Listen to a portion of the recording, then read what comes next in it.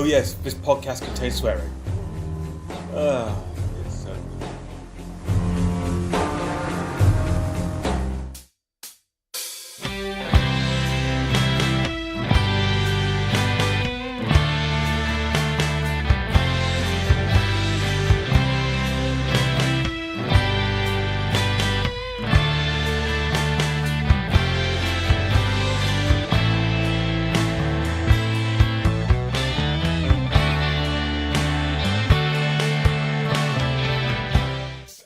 Oh, I meant to text my mum actually to say, could you settle the Queen Bitch Beauty Brothers thing? Ah. I might do that now actually. Yeah, give her a text.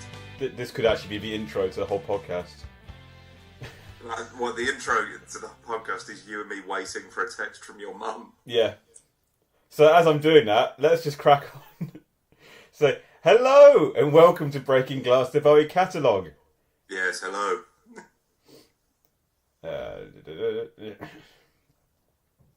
That noise you hear is Michael texting his mother, attempting to get some resolution to the debate we had on the last episode. If you'll remember, we left it in quite a cliffhanger, whether Queen Bitch or the Bewley Brothers was the song of the Great Game. Well, speaking on behalf of one of our more active listeners, wasn't their response both? Yes. Oh yeah, we've actually had some correspondence from listeners, which is weird and amazing. It was from Jack, and essentially agreed with us on both counts. Yeah, which, well, it's lovely to hear from you, Jack, is not necessarily enormously helpful. I bet my mum's response is going to be, what are you talking about? Yeah, we also had some people on Facebook get in touch. Catherine got in touch with us via the Facebook, basically to say she was the one person who loves 8-line poem. Well, it's nice to know who it is. Well, and she happens to listen to us. Who 8-line poem's fan is. We are truly blessed that she chooses to listen to us as well. Yes, well, thank you very much. I mean, I kind of disagree, but thanks very much. I mean, just as a brief recap, I mean, who is in the VIP area at this moment in time? Well, currently, Adam, in the VIP area, we have Paul Buchanan on nibble duty. Yeah, well, obviously, I mean, he's your top nibbles guy. Simon Mayo is enchanting Tewkesbury with stories of his days at Radio 1. Yes. Robert Smith sat in the corner looking a bit miserable. Yes, same old. I'm not sure who else is in the VIP at the moment. It's pretty stocked. It's a choice selection. Needless to say, I imagine by the end of this, there will be some new members. Well, one can only hope. Yes, because this week you find yourself living in the phantom zone of... Well, I hate to correct you, Michael. I'm actually in the negative zone. So the negative zone. You're holidaying in the negative zone. It's well, you say holidaying. I mean, it's a business trip, largely.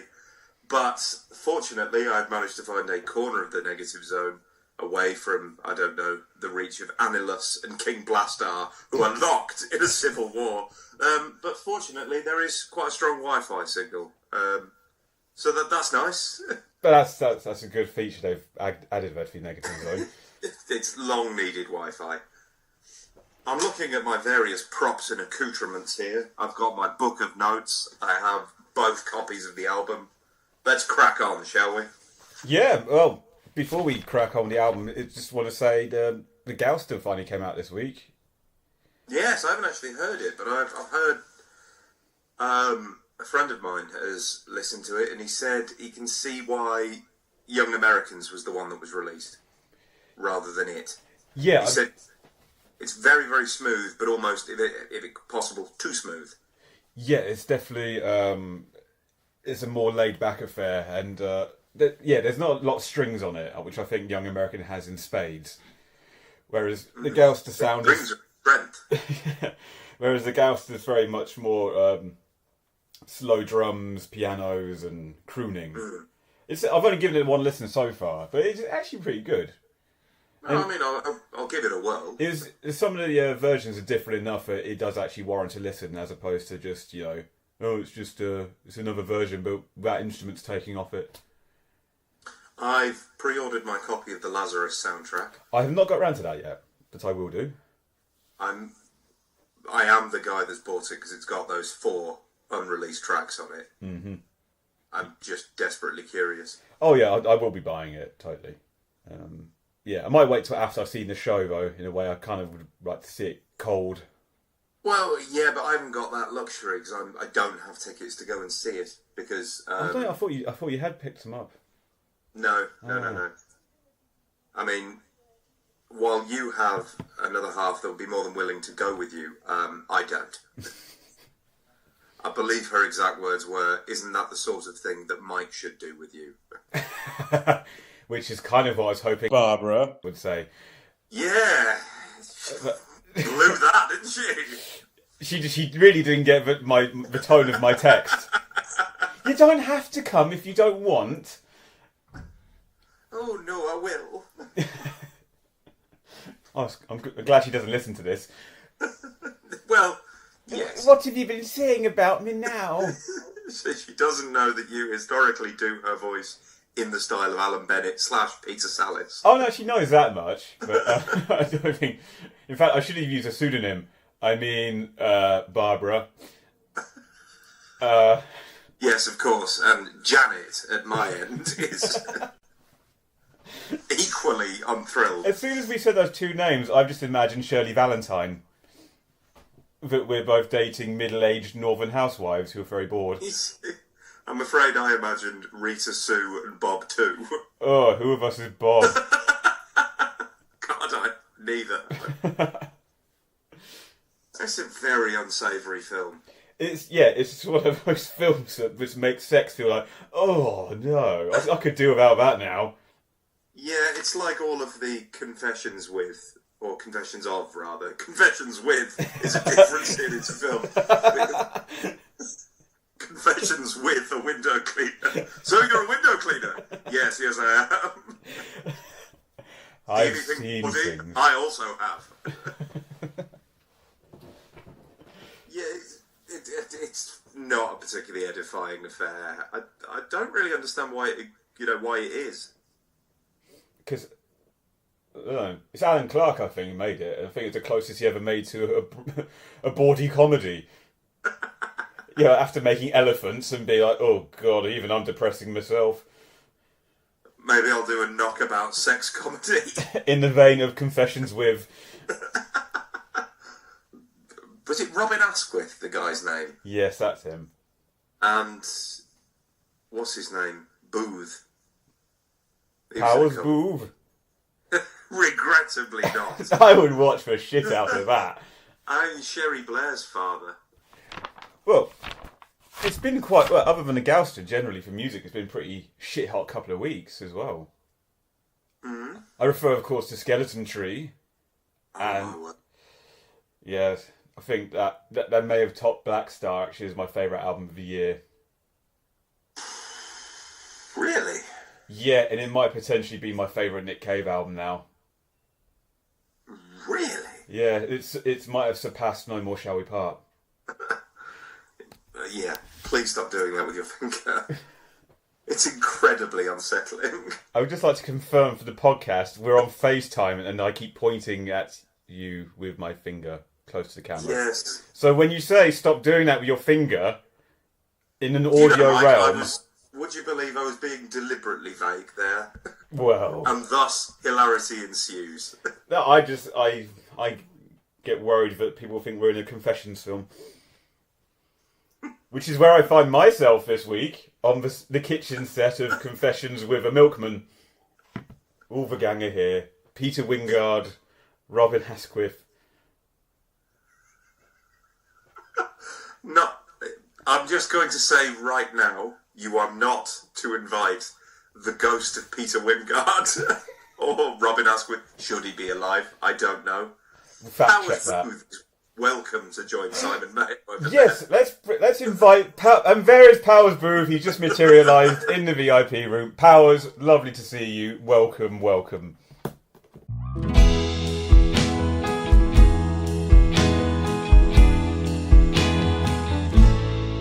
So, I mean, we should talk about Skeleton Tree. Yeah. It is superb. That's just there's nothing about it I can say I don't like. It's just No, for me it's flawless. it is. It's utterly flawless, but it's also beautiful. I was so taken aback on the first listen, just the ambient sound of it. With the new album, I had no idea what to expect he would be doing sound wise. No, musically speaking, I had no preconceptions at all. I think I was absolutely right in terms of the tone. Yeah. Which, under the circumstances is entirely, well, to be expected. Yeah. I didn't get around to going to see One More Time with Feeling. No, I'm disappointed that I didn't. No, they are redoing it now in December for one night only again. But the main reason I didn't actually go to see it was because I actually wanted to sit and listen to the album first. And, the film features all the most of the music throughout and the making of it. So I was like, I actually want to listen to the album properly, sit down with it. And so I would have liked the chance to then and go and watch the film. But I sat when Skeleton Tree came out. I was feeling the touch of the Black Dogs that particular week, and listening through to that album, I genuinely felt a sense of catharsis coming out the other side of it. I genuinely felt like suddenly unburdened, and definitely I would say full blown cry, but I've certainly welled up on a couple of listens, particularly to Distant Sky. Yeah, it made me. I felt a prickling in the corners of my eyes. Yeah, because it's not an album that you can't divorce it from context. No, you really can't. You cannot you can't listen to that on its own. It comes with tremendous emotional baggage. Yeah, there's certain songs that you can listen to quite clean, like Rings of Saturn. I think you could remove that, but even I think mostly it's on I Need You, which potentially my favourite song on it, but just his delivery on that is just absolutely crushing. And even though he, according to the film, I think it's 7 out of the 8 songs were written before the tragedy, but I think because he recorded them afterwards, then his vocal just changes the effect of it all. Yeah. Like on I Need You, he sounds like a broken man. Now, when you say the songs were written, what I'd be interested to know is whether or not they were in their fully extant form, or were they he'd written the words or the piano line or something. He'd written the songs, and then apparently he ad-libbed some moments on when they recorded them. So on I Need You, towards right at the end of the song, he actually says, just breathe, and that does sound like that's almost him ad-libbing during the recording. I would suspect Distant Sky is probably the one he wrote afterwards. So it does have a feel of a requiem about it. No, it does, and it's a man fully in command of his own gift. Yes. You get, I don't know, but I get the feeling listening to it that was literally the only way he had to process his grief. Well, again, this absolutely is something else heard, but they did a version of Jesus Alone beforehand, and then they say about 2 weeks afterwards, they took him back into the studio just to kind of keep him one foot in front of the other, just get back to work. Yeah. And they listened back to Jesus Alone, and that opening line of "You fell from the heavens, we fell from the sky," and landed near the River Ava, which is a river near Brighton. And they said they just absolutely jaws hit the floor, just the prophetic nature of it. Christ. I mean, if you are a bad seed, now presumably that band has been a pretty stable unit now for many years. They will have known the kid. Oh yeah. But I mean, what the hell do you do in that sort of situation? Get back to work. Yeah. Do what you do. Yeah, man. Christ, God knows. God knows. I don't envy them. Well, clearly, but really, I have been unable to listen to it that much. I've listened to it more than I thought I was going to. I thought it would just be one of those like, oh God, I can't keep going through that. But I've pretty much just listened to it every day since it came out. No, I absolutely haven't. I mean, for one, I knew that you and I had to record this, which meant I needed to listen to Ziggy Stardust a lot, which I've got to be honest, wasn't a massive ask. Oh, you tasked me with such a Herculean feat. I mean, I coped. But equally, I don't want to feel that every day. Does that make sense? Oh yeah, I completely understand that, yeah. I like knowing that I've heard it, I like knowing that I own it, and I also like knowing that should I want to feel that again, you know where to go. But I found it very, very difficult listening. Very, very difficult.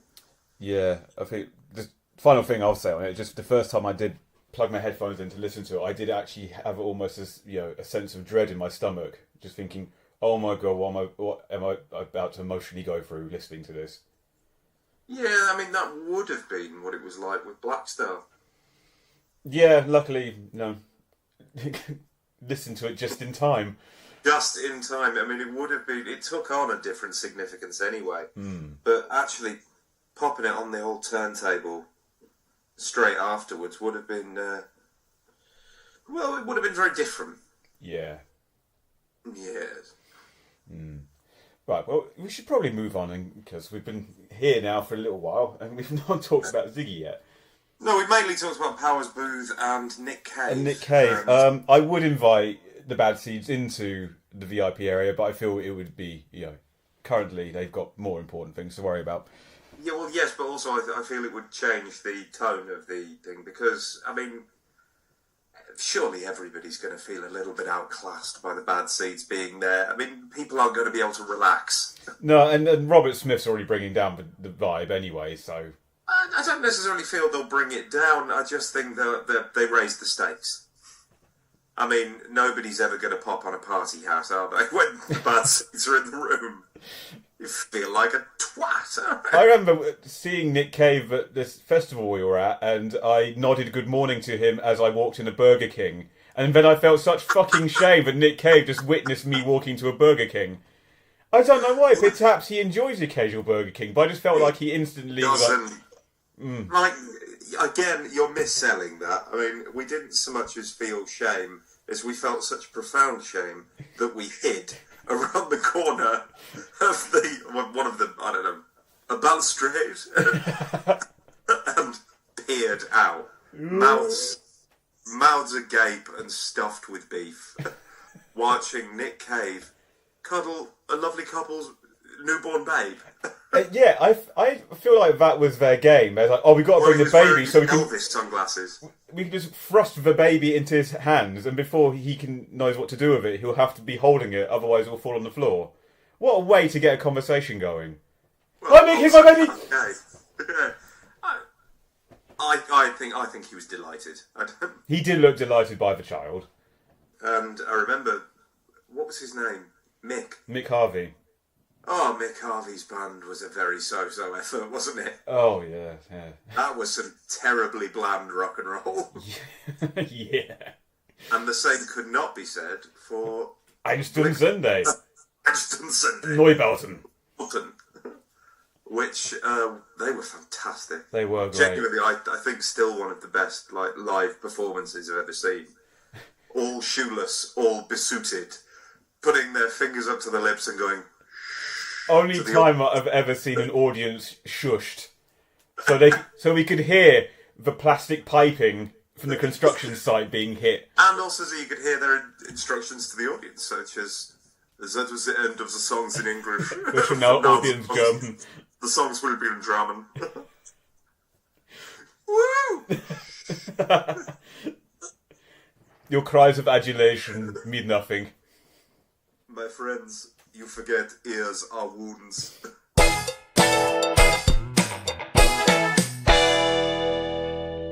Let us talk, Adam, Yes. about the rise and fall of Ziggy Stardust and the spiders from Mars. Or where the journey begins for most people. It's the first big one. I was going to say the big one, but there was quite a few big ones. Yeah, this is the big one for your mum. Yeah, still waiting on the wires. I will update you as soon as I get something in. As soon as that comes off the presses, we're going to need to know. I will give you the scoop. You know, this album spent 4 years on the UK chart. Really? I didn't know 4 that. years. Because it originally peaked at number 5 when it came out in the UK. Yeah, it just stayed there. It just it potted along. It just didn't drop off. It just kept selling for 4 years. Amazing. Well, I think the idea for it as well, the character himself, came up when he was in New York promoting Hunky Dory. And the character itself is supposed to be an amalgamation of the different rock stars he'd come across during his time, which was famously Vince Taylor was the main inspiration. Yeah, before I knew Vince Taylor, I was just double checking I hadn't written Vince Clarke, but he's in a very different band. Who's Vince Clarke? He's in Depeche Mode. All right. I think. Or is he the guy from Yazoo in Erasure? You know the one in Yazoo that isn't Alison Moyet? Oh, yeah. Yeah. Pretty sure that's Vince Clarke. Could be wrong. Let's fact check that one. Yeah, but Vince Taylor had himself a breakdown. He was an LSD casualty, wasn't he? Yeah, and afterwards he did go around telling people he was a new god and also an alien. Well, you say that, but do we have any proof that he wasn't a new god? Has anyone looked into this? You make a very good point. There was no concrete evidence to the contrary, so... You know. I mean, nobody has effectively refuted Vince's claims. And to be honest, out of politeness, I'm willing to go along with him, because I don't wish to be rude. At the time, it was poo-pooed out of hand. But has there been a shred of proof? I can't find any, and I've looked on at least 2 websites. One of them was the IKEA website. Yeah, I had some personal errands. But that with virtually no information on rock music of the late 60s, early 70s. Not a sausage. It's such a... You'd think it'd be a rich history for people to look at. For the people of Sweden. And to be honest, the only Vince Taylor song I know is Brand New Cadillac, purely because The Clash covered it later on London Calling. Yes, yes they did. Song. And the other influences for Ziggy were also, of course, legendary Stardust Cowboy, who he would later cover on Heathen. Oh, yeah. I Took a Trip on a Gemini Spaceship. Also him? Yes, that was legendary Stardust Cowboy. Huh. Mm-hmm. I think he's still a little bit pissed off that he never got properly compensated for giving him the Stardust thing. Yeah. I mean, Ziggy Stardust is a brilliant name. Yeah. Didn't your man from T-Rex? Your man Borland. Didn't he do something similar? But he called himself Zinc Alloy, which is shit. Of course, Zoota Law. That's a shit name. It just sounds like an industrial byproduct. Well, one of T-Rex was just named after bloody thingy from Lord of the Rings. Oh God, yeah. Yeah, great name. Well done. Peregrine Took. That's it. Yeah, he didn't even change it. I wanted to say Perry Mason. And finally, another influence was the designer Kansai Yamamoto, who would actually design a lot of the costumes for the tour. Yes. And the Ziggy, from the name, came from a shop he used to pass on the train into London. Super. I would like to know the origin of where they got it from. I'd like to talk about 5 years now. Can we do that? Let's get on to 5 years. We've been doing it for 40 minutes. We're going to get complaints again. oh, they're being funny again at the start. Oh, yeah. Never gone read it. I haven't spoken to you now in a while. There was ground to cover. Anyway, 5 years. It's fucking brilliant. Just to be clear, though, as a disclaimer, I will be saying it's fucking brilliant about virtually every song. Go on. It is dynamite. It's one hell of a record. Everything on it is ace. Virtually. I look forward to coming to those songs. But 5 years, it's got this. It's the hugeness of it. That whole sweeping operatic thing. I just think it's phenomenal. I was listening to Adam Buxton was talking about it, and I think he made some passing. I've probably got this entirely wrong, but he made some passing comment to it. It was his go-to song for when he was drunk on red wine with his friends in his kitchen. That for me sums up the sort of the spirit of the song. I think it's just howling 5 years at the end. I love it. I got it. The opening though isn't really much of a party banger. No. The way it slowly fades in, and I think the way the keys hit, it almost sounds like, oh, we're still in Hunky Dory territory. Yes, but I imagine that's deliberate. Mm-hmm. They're going, oh, here's a little bit of keyboard, but no, there's Ronson swinging his massive cock about. Here he comes, being incredibly impressive from Sheffield or wherever he was from.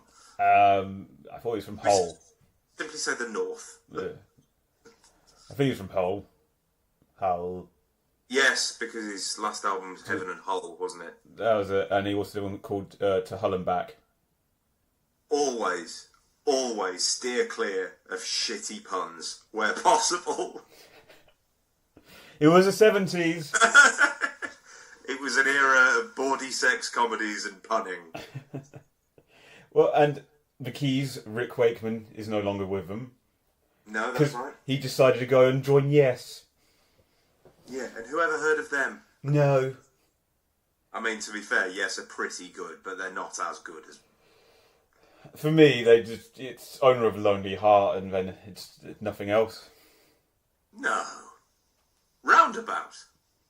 About what? Roundabout's great. I tried Yes, I could never really get into them. I really like the album Fragile, which is... That's the one I've given a lot of tries. And Roundabout is the title track. On Roundabout. On Fragile. Well. No, not title track. Opening track. Well, this is going well, isn't it? I think 5 years is stunning. I really do. I think he's kind of got it. He's worked out what it is he can do better than other people. Talking about the apocalypse, that's always a fallback. Well, I mean, he's kind of been talking about the apocalypse for 3 records now. Yeah, and he would continue to do so. So it's definitely a theme he liked to dwell on, you know. I have to admit, going into this, because the whole album is famously a concept album. Well, except it is and it isn't. Yeah, because I've struggled 5 years and Rock and Roll Suicide do bookend it beautifully. And Ziggy is obviously, well, it's a narrative song, isn't it? Yeah. About being ruined by the kids. But then, the rest of it, all of it. No, because I read a description of it. I did read a description that basically tied the whole thing together, and I have to admit, part of me was like, I don't see that a lot, but yeah, 5 years you can definitely treat as here's setting the scene. Earth is going to die in 5 years. As far as I'm concerned, it was supposed to be a concept album, and then it wasn't. Like, he had the concept. Didn't have the courage of conviction to follow it through. Then he didn't write songs for it. But he had a number of absolute bangers in the bag, so he thought he'd just bung them on. See, if only Frank Zappa did that with Joe's Garage. But no, he milked that. He had to do 3 albums and put that central scrutinizer segue thing in. Which is a shame, because it really ruins Watermelon in East Day, doesn't it? Oh, by how does, yes. One of the best guitar solos in history. And then you've got Frank Zappa dicking all over it in the edit suite. Frank Zappa dicking around, ruining his own songs. Who'd have thunk it? My mum just texts back. Yes! Jen, go! Right, here we go, everyone. Not sure what you're asking.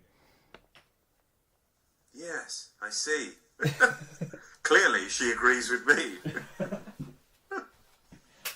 Yeah, before we move on to Soul Love, I feel like we've not really given 5 years that much analysis.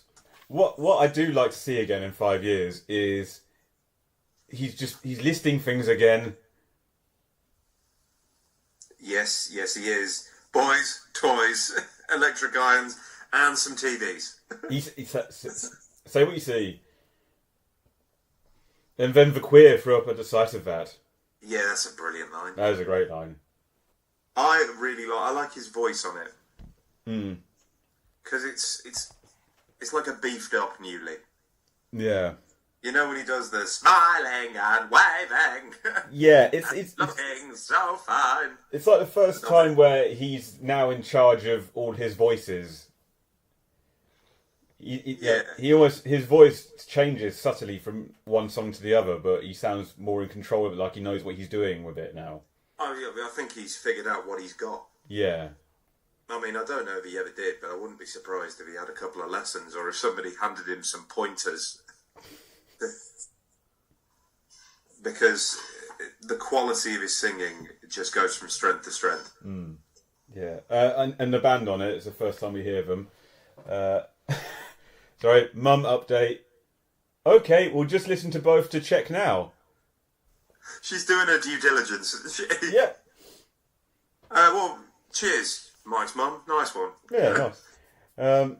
Yeah. Could have done it beforehand, but you know, whatever. Now we've just got to wait. I mean, I've got nothing else for 5 years. It's another one of those where I didn't like it.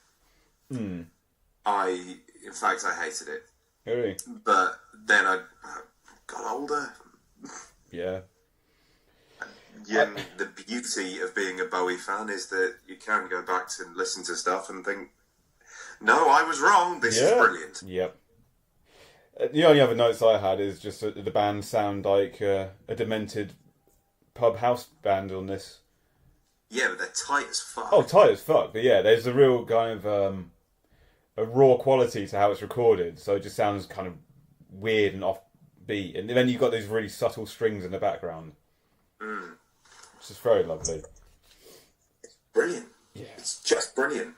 Okay, let's go on to Soul Love then. I think Soul Love is really funny. It's a really nice, pleasant way to... Because 5 years is quite an alarming way to start the album. Then after that, Soul Love is almost just like, oh, this is nice. Oh, this is pleasant. Because love is not loving. So how many times in this song is the word love used? Around 72. So love is loving, love. Lines. The only line I think love isn't in is the line that I always mishear as creeping over a glossy baby. Creeping over a glossy baby. But I just think it's really funny. Because it is just love all the way through. Sorry, mum update. She's actually come back with an answer. Yes? Hell, that was tough, but very, very slightly went for Queen Bitch. Oh, fucking hell. Yeah! That's because she's your mum. It's almost like we've talked about this before. I'm going to need some form of independent adjudicator. Yeah, I mean, what I've written here is that I think Soul Love makes me laugh. I think it's very silly. I think if it was on another record, I might consider it throwaway. Right. But the fact that it's on Ziggy gives it more classic status than otherwise I would attribute to it. I can dig it. Moon Age Daydream, on the other hand. Hang on, we keep flying ahead. Keep up with me, man. I've said my fill. I have nothing else. So what we should do on this podcast is you just get all of it out, and I just say, Thank you, Adam. Join us next week. Well, when we're here, Adam's opinions. My way is more efficient. It is, to be fair. I'm the waffler. 5 years, really like it. Soul Love, like it a bit less. Moon Age Daydream, amazing. Next. I just kind of feel like we should, people listening, people love this song, so we should... Do they? Hey, we found the one person who loves 8-Line Poem. There's got to be some person out there who Soul Love is one of their favourite Bowie songs. Okay. You don't think? Ew, love. Love is not loving. No, I just wanted to say... There's some background harmonies in it that sound very reminiscent of the work they would do on Transformer for Lou Reed. And you celebrated with a quick swig of Patty Mac. Glad I got that in. I'm just reading the lyrics, and virtually every line has got the word love in it. So it's not one you really ached over the writing process, do you think? I don't think so. Love is careless in its choosing, sweeping over across a baby, creeping over a glossy baby. Love descends on those defenseless. Idiot love will spark the fusion. All I have is my love of love, and love is not loving. I did skip 2 lines there, obviously, but they didn't have the word love in, so they didn't make my point. What does love is not loving actually mean? It means absolutely nothing, but it sounds like it might mean lots. Right, let's go. William. He met Burroughs around this time, didn't he? I think it would have been around this time. I couldn't say for sure if it was pre-Ziggy. Certainly in early 70s. Yeah, no, it definitely was early 70s. He started using the whole cut and paste technique. He was by this point, yeah. If he was using the cut and paste technique popularised by William Burroughs in Soul Love, then what he did was write the word love too many times on a piece of paper and then just try and fill the blanks in between them. Okay, let's put my hand in the word box and see what There seems to be a lot of loves coming up here. Angie, how many times did you write love in here? Fucking loads! Thanks, love. Love you. Love is not loving. So at this moment, Angie Bowie is now a parrot. Yeah, she's a bird. Thank you, Angie. Okay, let's do Moon Age Daydream. Yeah! Most ludicrous opening lyric ever. I'm an alligator. Now, I got criticised. I'm the first one for criticising these lyrics, so I'm going to tread very carefully. However, it is balls crazy. And I love it for its craziness. It's an absolute barnstormer of a rock song. Mm-hmm. Ronson sounds incredible on it. But that guitar just thunders in at the beginning. Pyrotechnic guitar. Yes. And the lyrics are fucking bollocks. It makes no earthly sense. So it's a good thing we're talking about Ziggy Stardust.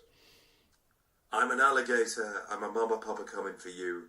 I'm the space invader. And he's going to be a rock and rolling bitch if you want him to, Mike. He's prepared to do it all. A man for all seasons. I do get a sense on this one. There's a bit of narrative in this one. I think this is like the birthing of Ziggy.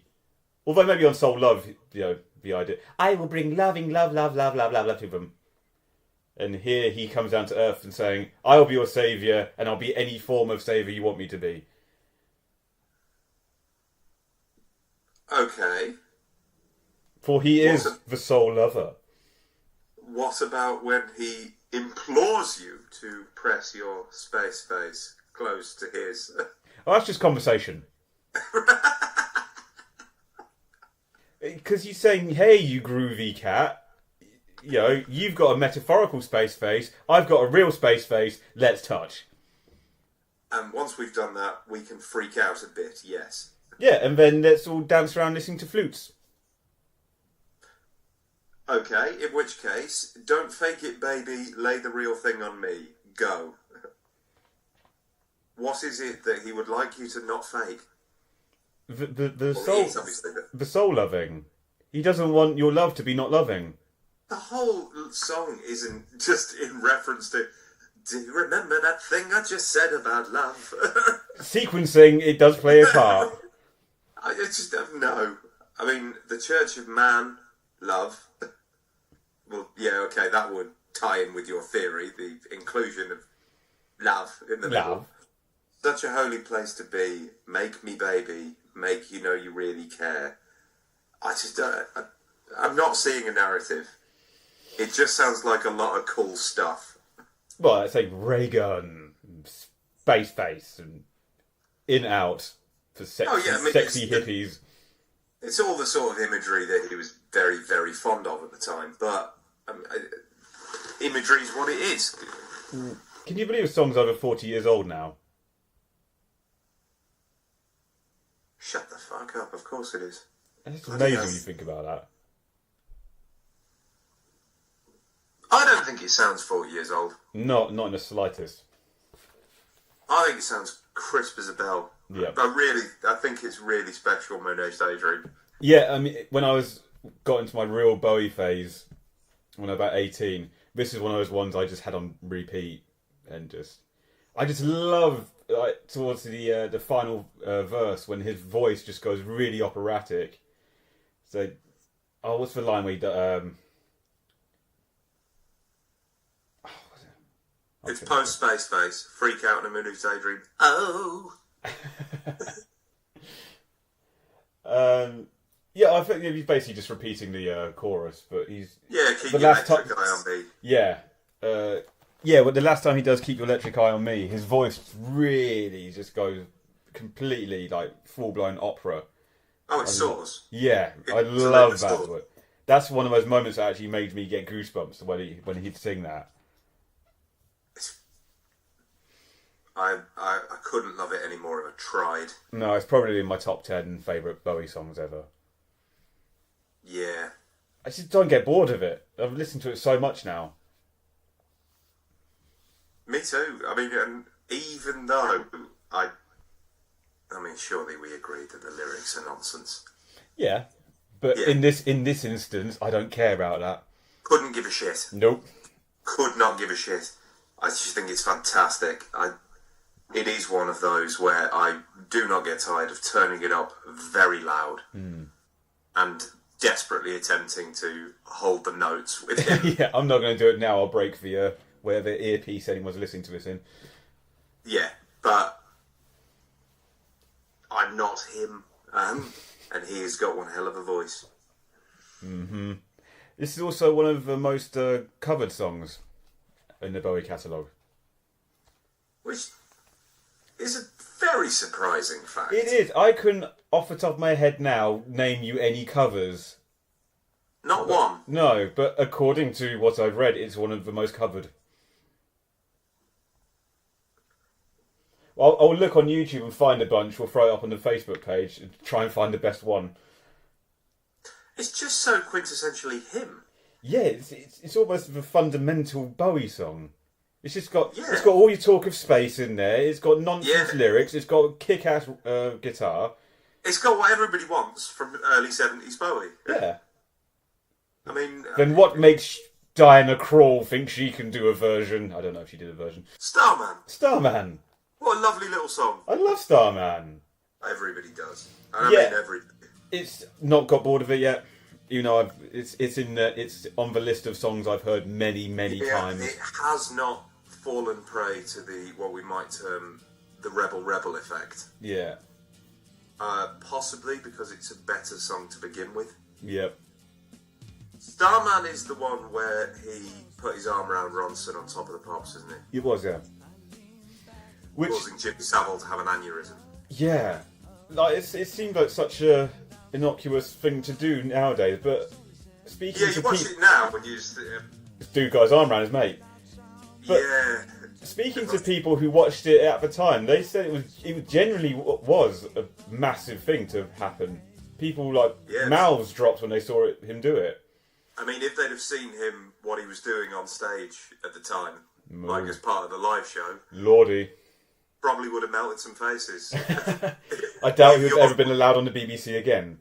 If your mind is blown by the sight of what a man putting his arm around his mate, then the sight of him eagerly filleting his guitar, it's going to unsettle an awful lot of points of view watchers. Many monocles would have been smashed.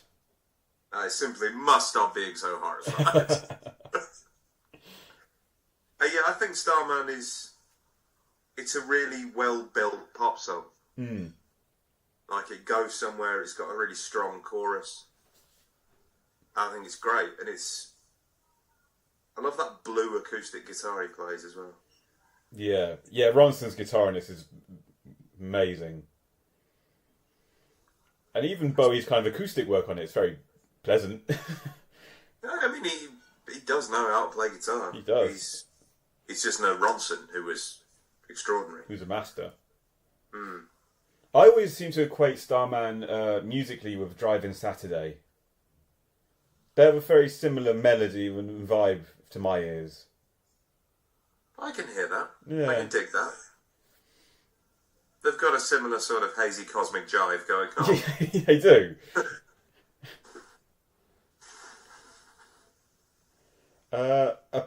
What I found on notes is it was actually a late addition to the album. Go on. Originally, they recorded a song "Round and Round," which I've only heard a handful of times before, but that was originally going to go on, and Starman was a pretty last-minute addition. Huh. So,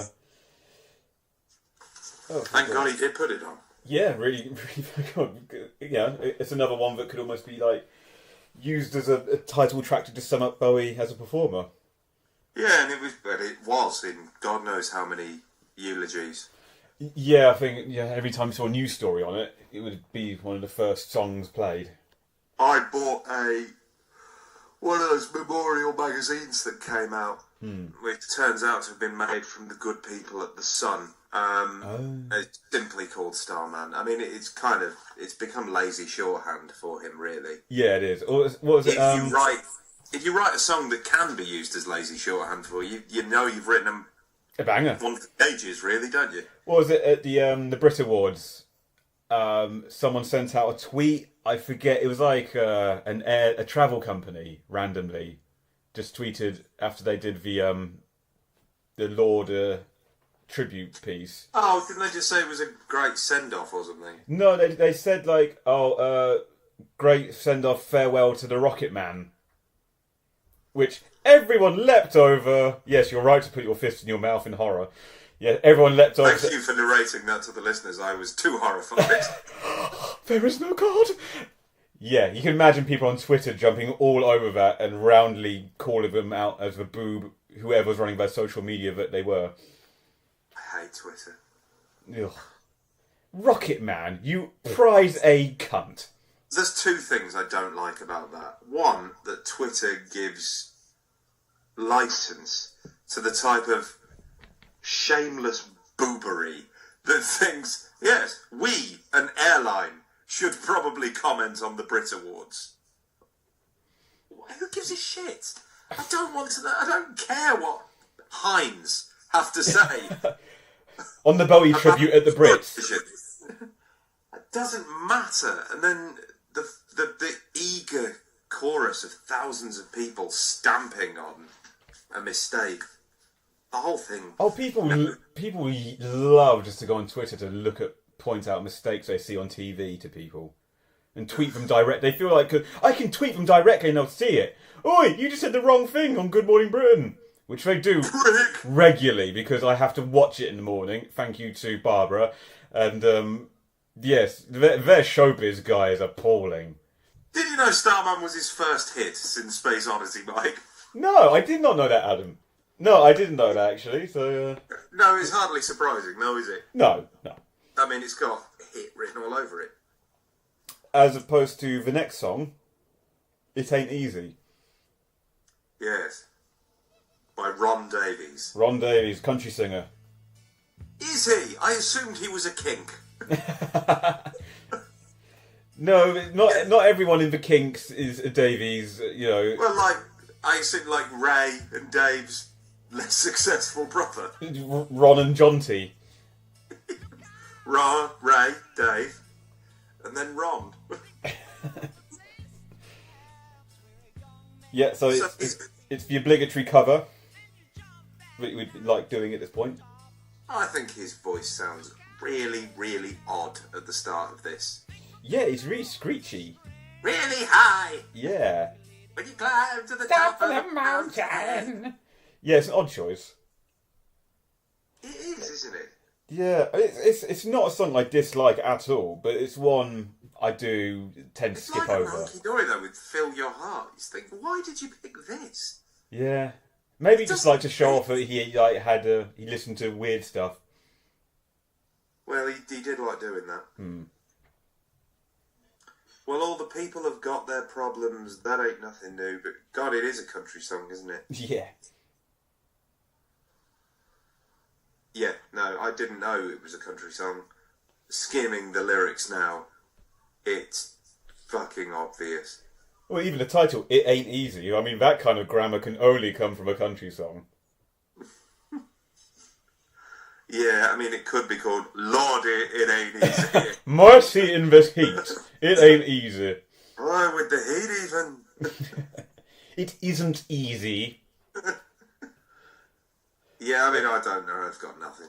It's fine. Ronson's guitar, brilliant on it, as normal. Oh, yeah, Ronson. I mean, the band never hit a duff note on the entire album. They are rock solid. As I said at the beginning, though, I virtually love every song.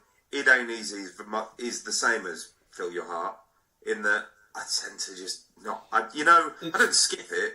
Yeah. I just forget it's on the album. Yeah, it could be the sacrificial lamb of the album. You could get rid of it, and it would not change the album at all. Yeah, but considering the album is only, 40-odd minutes long? Yeah. It's a short record. It is, yeah. It's a 10 Why songs. why would you bother putting It Ain't Easy on? Yeah. Considering he was doing Amsterdam and My Death a lot of the time, and... Yeah, My Dad's brilliant. Yeah. Either of those songs would have been a better cover to pick. Although, Scott Walker's version is the version. The version, yep, of both. It's the definitive version of My Death. Yeah, you can't top that one. I mean, that's the beauty of Scott Walker, though. As soon as he does a song, that's his then. Well, let's get our coats, everyone. Yeah. There's suddenly, I don't know, Squeeze down tools because they were about to record Jackie. Probably won't bother.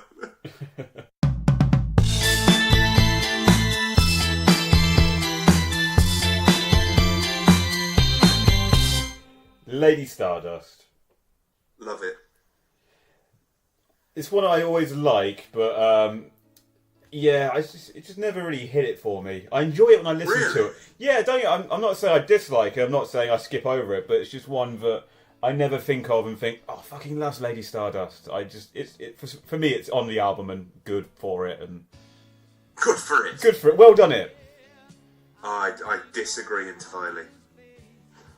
Lady Stardust is absolutely one of my favourite Bowie songs. Really? Not just favourite on this album, favourite at all. Yeah. I think it sums up who he is, or certainly who he is at this point. I do like the sing-along aspect of it. Remember that it's 1972 as well. Mm. It's autobiographical, isn't it? Yeah, apparently it's supposed to be a love letter to Mark Bolan. Totally makes sense. Mm-hmm. So, before he decided to sort of sack Bolan off. Yeah. You're too far behind me now, darling. Mark, I'm not really doing that anymore. You're making me look like a rube. Seriously, Mark, get a haircut. Get some simps. Give it a go. I think it's fantastic. It does have a feel of like a pub sing-along a bit. Yeah, I can see that. Yeah. I went through like 3 days at work where this was just stuck in my head. Strolling past the photocopier, his animal grace. You're thinking that about yourself? Yes, I was. The boy in the bright blue jeans. It's a favourite. It's a big favourite. Very well. I like singing to it. I like the fact that it is a love letter. And gender bendery. Oh, that gender bendery's back. Gender bendery abound. Star, on the other hand. Star, bloody stars. more stars. More stars. It's definitely got that glam sound. Yeah. It sounds a bit like The Sweet, really, doesn't it? Yeah, it does actually, think about it. Tony went to fight in Belfast. Blockbuster! I find that Star is good, but for me, that's the Lady Stardust one. It's the... It's there. Yeah. Star is there. I often struggle to remember how Star goes. And that's not something I say about the others. I mean, it's very star heavy now because we've got Starman, Lady Stardust, now just Star. It's really come to its logical conclusion. Yeah. Ziggy Stardust coming along in a moment. Oh yeah, he'll be with us. If we were going with the concept theme, this one definitely lays on the concept plot a bit thick. Like, I could make a wild mutation as a rock and roll star. That's basically the alien messiah saying, hang on, I've got an idea. I could get the message out there by being a rock star. Bit on the nose, you're saying? A little bit, yeah. Whereas other songs are a bit more oblique. This one, he's just like, I'm just going to write a little narrative. And the line, I could do with the money... So, dig deep was the original follow-up lyric. I could do with the money. Yep. I'll pass the hat around. Set up a standing order for a rock and roll star. Yeah, I mean, it's fine, isn't it? It's fine, yeah. No, it's pleasant, it's nice. It's not one of the strongest on the album. No, again, it's one I'm sure people love, but I doubt it's many people's absolute favourite. Right, hang on to yourself. Yes. I can't, because it was his opener for many years, wasn't it? Yeah. In live gigs. Certainly for the Ziggy tour, yeah. Is it not the opener on stage as well? No, well, on the album it might be, but they did actually open with Wazawa. I've just realised another note as well. Hang on to yourself. Bit like The Sweet as well. Were you listening to The Sweet when you listened? I wasn't. I swear to God, I've just read it's a bit like The Sweet. I only know 2 Sweet songs. I'm trying to think of the second. Ballroom Blitz. Oh, of course, yeah, there you go. The man at the back said, everyone attack. Yes. And they did. By how? I always think Hound Yourself sounds like a bit of a sister track to Queen Bitch. Yes. Yes, it does. And because it's got that sing-along chorus. Come on. Come on. Yeah. Yeah, it's a weird mix of Glam and the Velvets, I think, as well. Yeah. I can see that. I always think he wrote it just because he needed a sort of barnstorming opener. Yeah, well, they originally recorded it with the Arnold Corns lineup back around the Man Who Sold the Whole World period. So, apart from when, like, that second verse, where he's talking about tigers and Vaseline and being the spiders from Mars, it's just a rock song, isn't it? Yeah, you can, knowing that he did it just after Man Who Sold the World, you can hear the heavy rock influence on it. It would have had around the time. Definitely. It's really good, but it's not as good as the next 3 songs. So do you want to take Ziggy first? Look, tradition is tradition, my friend. We go in chronological order whatever cul-de-sac that may lead us down, that's what we do. Okay. Ziggy Stardust, the title track. Perfect. Yes. So, Suffragette City. It's all about brevity. Which is exactly what we are at this hour and a half mark. Well, it was always going to be a big one. It was. Because it's Ziggy Stardust. Well, to be fair, we've not been talking about Ziggy that much because the first 45 minutes was us talking about Skeleton Tree. No, it wasn't. A good 10 minutes was us talking about Skeleton Tree. We also talked about Powers Boothe. the cinema of Powers Boothe. Which American men have the most impressive voices? So Ziggy. Yeah, Ziggy Stardust is a flawless song. Yep. The riff, just, my God, that riff. That riff. It's just, never heard such a riff that sounds so anthemic and melancholy at the same time. It actually managed to make a guitar riff sound weary, but still badass. You've absolutely hit the nail on the head there, my friend. That's exactly what it sounds like. It's anthemic weariness. Yeah, it sounds like something's burning out. It's the sound of somebody that knows how to do it, but doesn't want to do it anymore. Yeah. That's exactly what it is. And for me, just the riff just owns the song completely. And the lyrics. I mean, lyrics are good, but for me, just if you didn't have that riff, the song wouldn't be nearly as good. I really like the little yelp his voice does. Oh! Yeah. Come on now! but far more impressive than I just made that sound. Oh! You mean you're not quite as good as one of the biggest pop stars ever at singing? Not quite as good, Mike. No, not quite as good. No, not quite there yet. Nitpickers would say there's a couple of degrees The of separation. Twitterati, yeah. The haters, yes. Yeah, and then the rest of the time, Bronson just seems to be noodling lovely away in the background as Bowie just delivers his wonderful vocals. What I like is in every picture I've ever seen of Ronson, he's pretty much smiling. Yeah, he looked like a man having a really nice time. Yeah, they didn't do that whole alright, everybody, we're in one of the biggest bands in the world at the moment. Everybody look cool. Ronson, damn it! Alright! I can't help it. I put makeup on. What would my dad say? Look at me trousers, what am I like? Dad, what will you say? Body puff. He looks like and sounds like he's having a good time. Yeah. Whilst, I mean, the song itself is the thing that's anthemic and weary. The playing is masterful.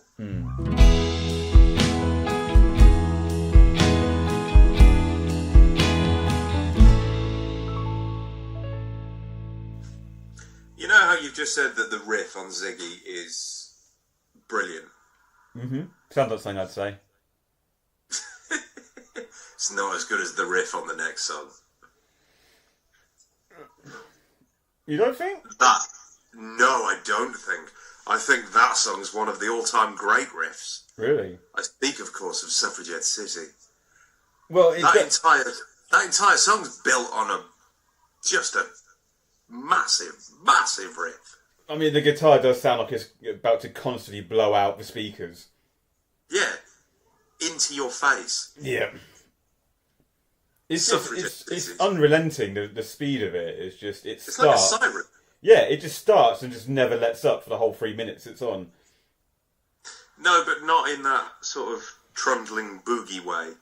No, It doesn't. Its intensity is still there. It's like almost like you're in a car chase and you just suddenly blink and you wake up and you're in a car going 100 miles an hour.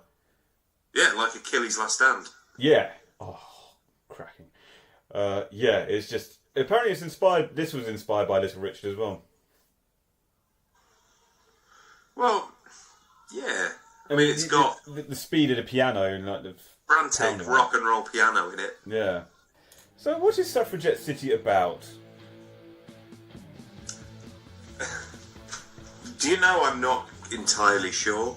No. But I can tell you that what I think it's not about, and that's Emmeline Pankhurst. Which Janet believed it was. Oh, Janet. Yes. Yeah, it was on in the car, and she asked... You know, in the tone of voice that implies that she doesn't necessarily believe that what she's about to say is the case, and she's aware that she might be about to be subject to a degree of scorn. So that kind of... Is this about Emily Pankhurst? No, it probably isn't, but is it about... Go on! Finish your thought. Oh God, I hope this is going where I think it's going. I can imagine your face already pre-smiling at, go on.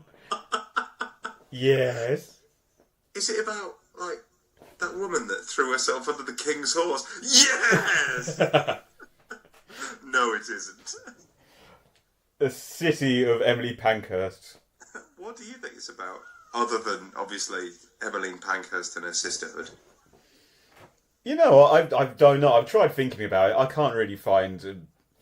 especially because Ziggy has, you know, the whole narrative of the rock star fading out because he's just had enough of life and fans and telling them, you've killed me, you've just burned me out. But then after that, it just...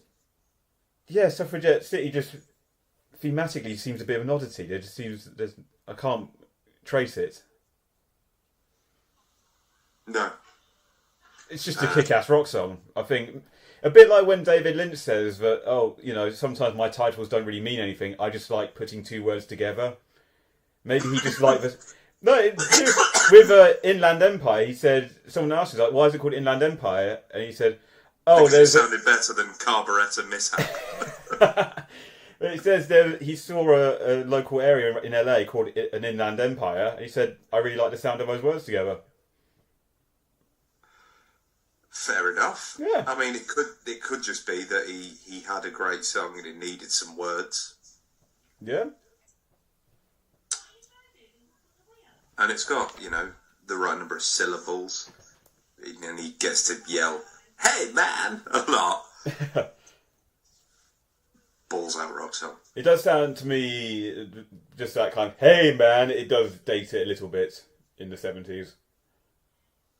Yeah, I mean, it does sound very 70s, but for me, that's a plus. Yeah. Has Janet got some friends round? Yeah. I'm afraid so. Oh. They're welcome on the podcast. Oh, well, one of them listens to the podcast. So, oh, dear Lord.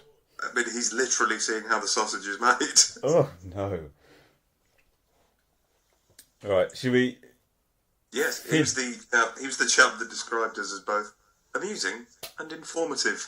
Oh, so we're really the John Reith vision of podcasts. Yes, it's a pity we're in no way affiliated with the BBC, otherwise Lord Reith's ghost would be delighted. Incidentally, Lord Reith's ghost, you are welcome to... Oh no, I've got no spooky nibbles. Spooky nibbles? What does the ghost eat? Spooky nibbles? Like Haribo with like a bat on the packet or something? I can't possibly... My ghost hands keep going through the Haribo. Damn these spectral fingers. Right, rock and roll suicide? Oh God, I do hope so. Correct me if I'm wrong. Yeah. And I'm not. But this may be the best ever closer to an album. I think so. I'm not just talking about Bowie. See, for the longest time, this was one of those classic ones where, when I was a kid, I hated this song. Likewise, thought it was dull, because went on for too long, didn't rock. I always thought the album should close with Ziggy. To me, that just made perfect sense to close the album. And in some ways, I still do think it could have been the album closer. But yeah, after you've had that and Suffragette City, you suddenly get this moment of quiet, and it's just like, oh, let's just kill the vibe. Yeah, and I've written down here just one of the best album closers ever. Oh, well, we were of an accord then. Yeah. I think that it's this song is one of the reasons why, I mean, possibly more so than Starman and Ziggy. Although they're great pop songs and they were obviously hits, Starman in particular. Yeah. Rock and Roll Suicide is, I think, the reason why The Faithful became The Faithful. You know, there were people like, you'll meet them as well, people that go, oh yeah, it was a bit sad when Bowie died, wasn't it? Well, I really liked Starman. Rock and Roll Suicide is the connoisseur's choice. Yes. I mean, Time Takes a Cigarette is a strong opening line. Oh yeah, it's just. I mean, the tone of the opening, he could have actually made, I think, the whole song last that. It just that melody and pace. When he just wails, "You're not alone." I mean, again, in order to prepare for this, while I was making dinner last night, I was listening to the album again, and I was just off my tits on happiness, when it was bellowing, "You're not alone!" at the sky. Yeah, I mean, it wasn't. It was again one that it was only when I hit 18 and I really listened to the lyrics, I realised just how profound they were, and they really got to me. I think as a writer, he's absolutely coming into his own with this one. Yeah, I mean, more it dicks all over songs like "Drugs Don't Work" by what are they called? Richard Ashcroft. Verve, that was it. Yeah. When he just screams, "You're not alone," and just when I was like at uni, and you'd be on a downer sometimes, and you do feel like you're kind of going through life feeling really shitty, and you don't feel like anyone knows what you're going through or anything like that. When he says the phrase, "I've had my share, now I'll help you with the pain," that now when I listen to that just makes me want to weep, just because. He says it with such conviction, and it just makes you. It genuinely feel like this guy knows what I'm feeling and going through, and he's giving me his hand. All of those sort of waffly think pieces and tear pieces. When he died, two of which obviously he wrote, so we're just as guilty as everybody else. But when people talk about the fact that he made it all right. Yes. Whatever it was, when Bowie yells, "You're not alone," I don't feel like I am. No, I feel like I'm part of an enormous community of people that this one man meant shitloads to. Yeah, this one makes you feel part of a group. One spindly Brixton lad. Yeah, and it's when you listen to it now, it just makes me feel sad, because it does feel a little bit like I've lost the guy who was almost my emotional protector. Yeah, because he's this Bowie should he hasn't in a way, but this guy shouldn't die. Shouldn't go quietly into the good night. No, this Bowie was never he was supposed to always be there. And, it was just that the world was a slightly better place when he was in it. Yeah, writing stuff like this to each person. They're incredible lyrics. Absolutely incredible. Yeah, I do think "I've had my share, I'll help you with the pain" is one of the best lyrics ever. And just the way he delivers it. All the knives seem to lacerate your brain. Yeah. Fucking, what a guy. Yeah. It's just, I was skimming the lyrics there, and it's next to a picture of Bowie filleting Ronson's guitar, and wouldn't you know it, Ronson's got a big grin on his face. Bowie's being provocative and sexy. Ronson's just having a lovely time. Oh, my mum and dad are here. Come on, Dave, hey up, lads. Get back on your feet. You're too old to lose it, too young to choose it. Yeah, give me your hands, 'cause you're wonderful. Oh, God. Wonderful. Wonderful. You're a rock and roll suicide. It's Well, I mean, in terms of my favourite songs on the album and where we're like The Great Game, The Great Game I think is easy. Although God knows we may well disagree. But naming a favourite is not easy. No, I would. Well, I said it earlier. Moon Age Daydream is probably my top 10 all time. But I just absolutely adore the pants off Ziggy and Rock and Roll Suicide. So You got to pick one. Those are the rules. I think actually, even though I said Moon Age early in top 10, I think I've got to go Rock and Roll Suicide because it just now I've gotten older, it actually really means something to me. It's not just a song that I massively enjoy listening to. It's something when I listen to it now, it actually affects me. I'm completely and utterly with you. I mean, it would be a dark day indeed if I was unable to listen to Moon Age Daydream or Starman or Ziggy. Oh, yeah. But it's Rock and Roll Suicide is the one that makes me really feel something. Yeah. Feel something other than just, I bloody love this. Oh, no, I mean, a good old sing-song, yeah. Yeah, I've had a crap day, I'm going to bang this on and everything will be okay. Rock and Roll Suicide is, I think, masterful. I think his lyrics, the way he sings, the band are tight as. I think for me, it's my favourite. In terms of the one that shows us what Aladdin Sane is going to sound like, I think it's Lady Stardust. Yeah, no, I'd go, but you know what? I think Ziggy's the main album I never really had much thought on that with, because I always think of them as a bit of a piece in each other.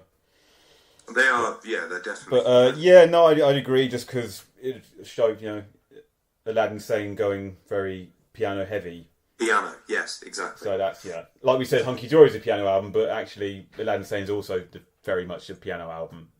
Different though. Very different. I mean, Aladdin Sane's more rock orientated as opposed to acoustic. It's your Little Richard style piano rather than like baroque, folky, twiddly piano. No, I would go with Lady Stardust with the lack of being able to figure another one out. Yeah. We have an accord. We have an accord on that one. Both counts. Thank God we don't get my mum involved this one. It goes. Well, we don't need to bring in a heavy hitter to weigh in, because of course we now say goodbye to your mother.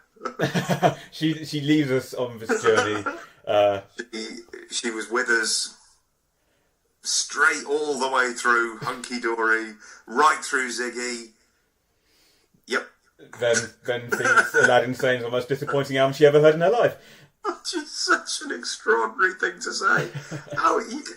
It's got like the most iconic cover or image of his entire career. It's got a couple of genuine bangers on it. It's got songs that I think are as beautiful as Rock and Roll Suicide.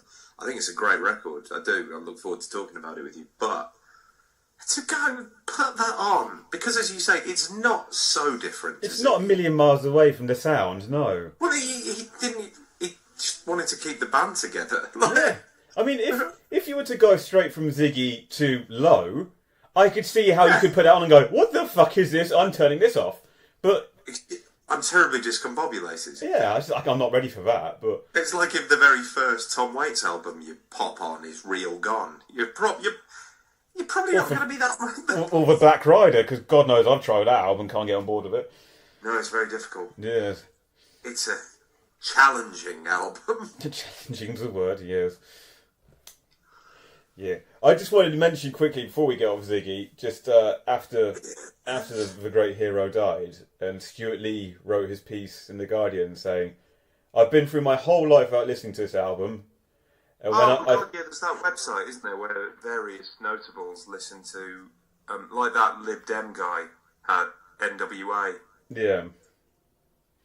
Yeah, Stuart Lee just said... Stuart Lee's with Ziggy. Yeah, and he basically said he just found it a massively underwhelming experience. Which, to be fair to him, I can imagine that if you went through 50-odd years of hearing Ziggy Stardust by David Bowie is one of the great albums of all time, and you keep hearing it, you've heard him through the years, you hear songs like Heroes and stuff, and you hear some of the singles off the album itself, and then you go and you listen to things like Star and Soul Love, you might be forgiven for thinking, Huh. Is this really the album everyone talks about? As you know, I consider myself a fan of Stuart Lee. Somewhat, yes. And as such, I found the fact that he didn't like an album that I really, really love. I found that personally upsetting. But I do think you're right. I mean, he's listened to more music than you or I have. Oh, yeah. And he has a very broad, eclectic taste in music. He does. He listens to a lot of very, very challenging sort of jazz and so on. And he really likes Black Star when he heard that. And so, if that's the case, as you briefly mentioned during our canter through this album, it does sound very 1972. Yeah, and some of them are a little bit fiddly biddly bingly bongly with the pianos and... Yes, fiddly diddly bingly bongly is... That's not quite up there with how you summed up the guitar riff for Ziggy, which was a lovely bit of phrasing. Fiddly diddly bingly bongly. I won't lie to you, I don't entirely know what that means. I'm a bit tired now. You know, it's all a bit boodly boo. You know, cuddle me boo. Fingle fangle bom bom bom. You know, it sounds a bit chintzy with the piano sometimes. Chintzy? Yeah, okay. Yeah. I didn't want to end on a down note. The rock and roll suicide is already enough of a down note, whilst being a masterpiece. Incidentally, our sponsors this week are, as ever, Vulture Hound magazine. Yes, vulturehound.com. Vulture Hound magazine for TV, film, wrestling, I think they're doing it again. Music. Did I mention music? I think so. Music. Live music reviews. And podcasts now.